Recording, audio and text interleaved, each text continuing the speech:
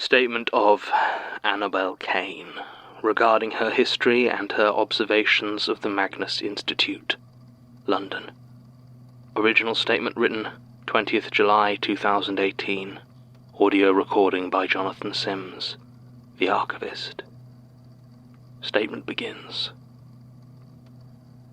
Free will is a funny old thing, isn't it, John? Can I call you John? I'm going to call you John. Such a strange concept woven together from 1,000 different experiences and ignorances, a faculty we only ever truly ascribe to ourselves and, I suppose, to our gods. With any other animal we talk about instinct, we talk about training, perhaps if we have spent enough time with them, we talk about personality. But we never talk about choice. We never look at a dog racing wildly after a thrown ball and think, what an odd decision that dog has made. We talk about the workings of its mind and its instincts. If it doesn't chase the ball, we wonder why. Is it sick? Is it tired? Perhaps something in the nature of this particular breed, this particular dog, makes it prone to ignoring a game of fetch.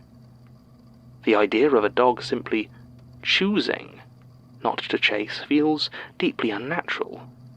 Is it even capable of legitimately making a decision? Some would say no. Of course, people are so very different from dogs.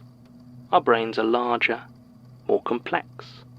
So many more little factors and wrinkles to push us and pull us, but does any of that actually constitute free will? Free of what?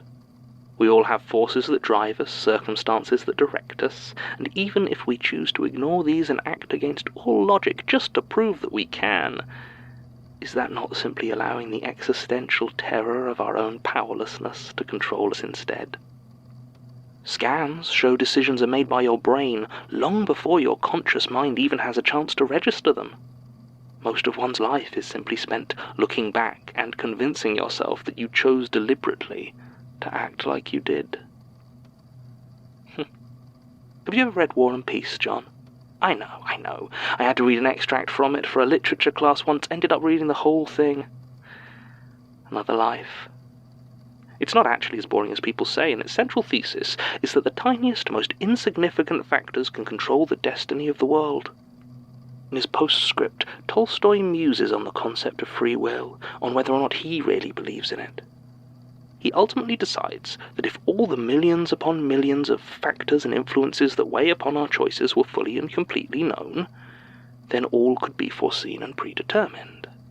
But, he argues, it is quite impossible for the human mind to comprehend even a fraction of these. And in that vast, dark space of ignorance lies free will. Isn't that marvelous, John? Free will is simply ignorance. It's just the name we give to the fact that no one can ever really see everything that controls them. Of course, that's not the real crux of the free will question that's bothering you at the moment, is it? I think that one probably comes down to whether or not you're choosing to continue reading this statement out loud. You didn't mean to, did you? No, I'm sure you told Basira and Melanie that you were going to glance over it and report back. Perhaps they asked you if you were going to record and you shook your head. Maybe later. That sounds like the sort of thing you'd say.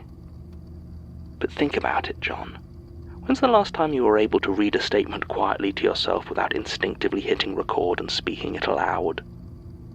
Is it just instinct? Habit? Or is it a compulsion? A string pulled by the ceaseless watcher or the mother of puppets? Or both?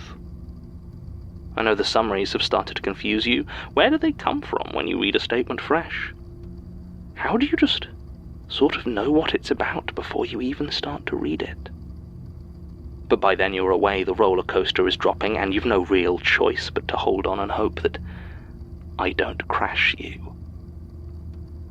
I'm afraid I don't actually have these answers for you. I've simply been watching. I'm sure you understand that. Maybe I've occasionally been nudging something here and there to keep you safe, to keep everything on track. But I know you've been more worried about your choices, about whether you're being controlled by me or by the mother. So I thought perhaps I should leave a little something to reassure you that yes, your actions and your choices have all been your own. Have they been controlled?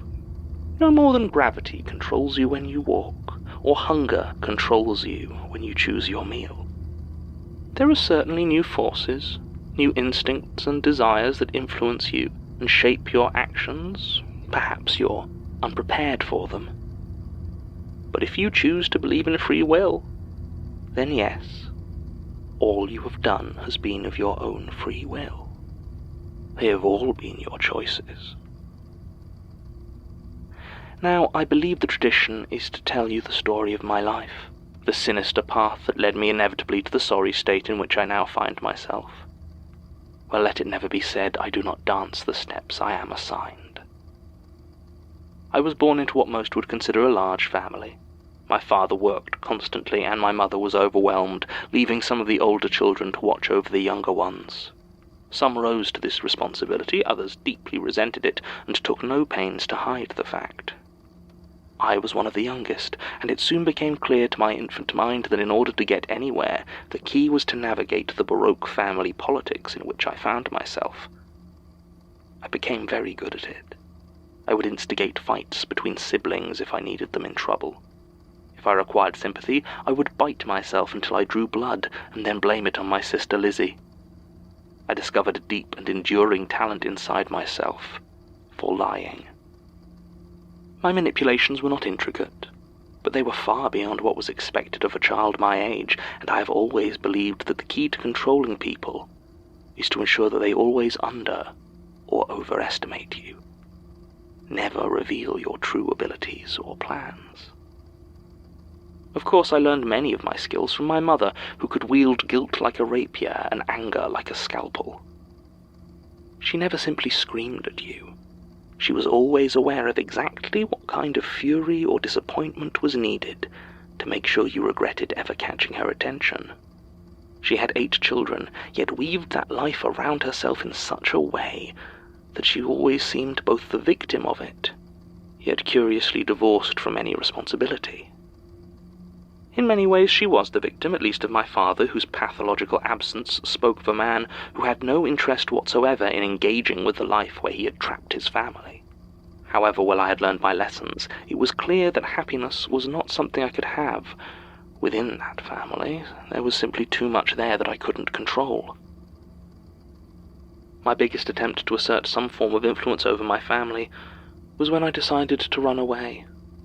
In my childish mind, I was certain that my disappearances would destabilize the entire family unit, allowing me to take my rightful place as the most important child upon my return.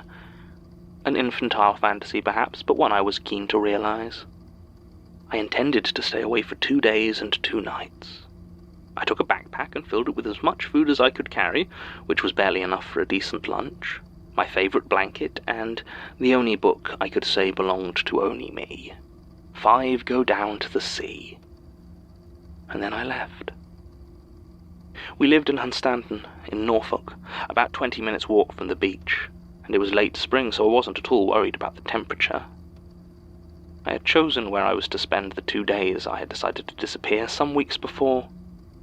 The air was warm and humid as I snuck out of the house, filled with that slight smell of salt that even now, changed as I am, I still sometimes find myself missing here in the grimy air of London.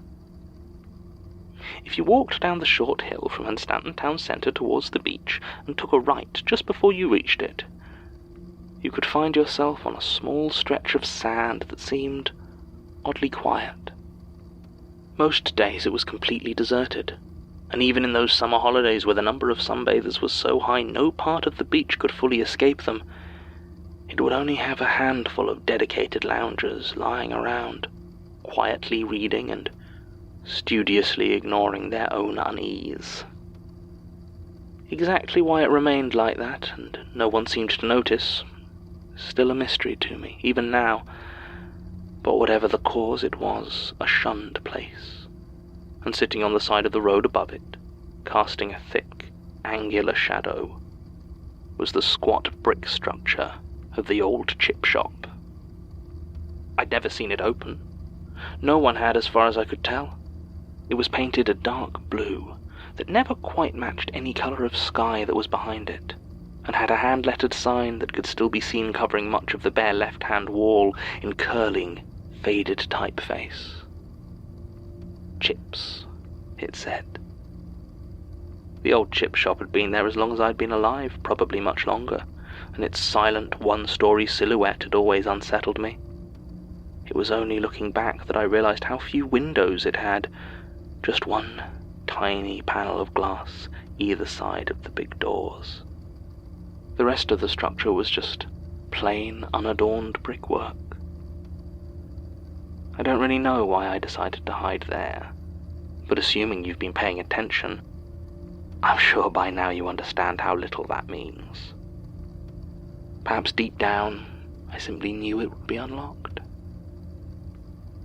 The sun was setting by the time I reached it, and if there had been any tourists trying to enjoy the beach in that place, they were long since gone. I was utterly alone, the only sound a few distant seagulls screaming to be fed as they circled aimlessly looking for food. Against the vivid red-orange of the sky, the old chip shop seemed almost black, like a fallen obelisk. A light rain began to patter down, and I, not having had the foresight to pack an umbrella, ran to it and opened the door as quickly and quietly as I could. Inside it was warm and dry. Dust coated everything, and I struggled more than once not to sneeze, something I was convinced would somehow alert my family to where I was. So I crawled under one of the counters, and soon enough sleep had come for me. I awoke to the sound of rhythmic clattering, the noise of wood striking wood in a complex, intricate pattern. I got up, more curious than fearful at that moment, and took a few tentative steps towards it. The sound seemed to be coming from one of the back rooms, and seeing how light seeped from below only one of the doors, it seemed to me pretty obvious which room contained my answers. So I went inside, another action which, looking back after the fact, I found myself pleasingly baffled by. Inside was a young woman I did not recognize, sat at what I would later learn was an old-fashioned wooden loom. Her eyes and face were sunken, her hands and arms a blur as the machine pressed on. They arced over and through the loom, and I could see much of her inside forearms and upper legs were covered in tiny holes, small red pinpricks like insect bites. Looking back, of course, and remembering the crunch of used syringes beneath my feet, I realize that addiction is one of the strongest vectors of control there is. The woman looked up at me, disinterested, and I saw that the threads of the loom were laced into her skin, all through her track marks, and that dozens of tiny spiders ran up and down those weaving threads and scurried in and out of the holes in her skin. Her eyes met mine, then travelled upwards towards the ceiling. I followed her gaze for barely 5 seconds before I fled home and abandoned my plans to run away entirely. I have decided not to describe what I saw up there. I will only say that it is what engendered in me that terror of spiders which eventually led to my volunteering at Surrey University. I will simply say that when a spider reaches a certain size, it is often not entirely made up of spider anymore. So how much free will was involved in that story? What could I have chosen to change? Would a different path have been possible? I felt no loss of control. No puppet strings guided me. And yet the mother got exactly the result she no doubt wanted. One that would lead to a fear of spiders so acute that I could later have that horror focused and refined into a silk-spun apotheosis. Unless, of course, none of it was intentional. None of it was planned. The mother is the fear of manipulation and lost control made manifest. so perhaps it is our fear that projects her influence on everything that happens. Like the mind, retrospectively assigning reason to our actions, so we fit whatever occurs into the neatest pattern we can and declare her web both intricate and complete. Perhaps she is no more active than Terminus, simply sitting and reveling in the inevitable cascade of paranoia as those who hold her in special terror cocoon themselves in red string and theory. Or perhaps I am simply telling you what you need to hear in order to behave exactly as the mother wishes you to. Perhaps I have never even seen a beach. Don't go to Hilltop Road again. The statement ends. That was, I didn't like that. I couldn't. So, she is watching the Institute, interfering with things. Is that reassuring or really, really bad? I can't say I'm sad to have another ally allegedly on our side, but I don't like the idea of being important to the web. That's a really bad place to be. Annabelle's right, though.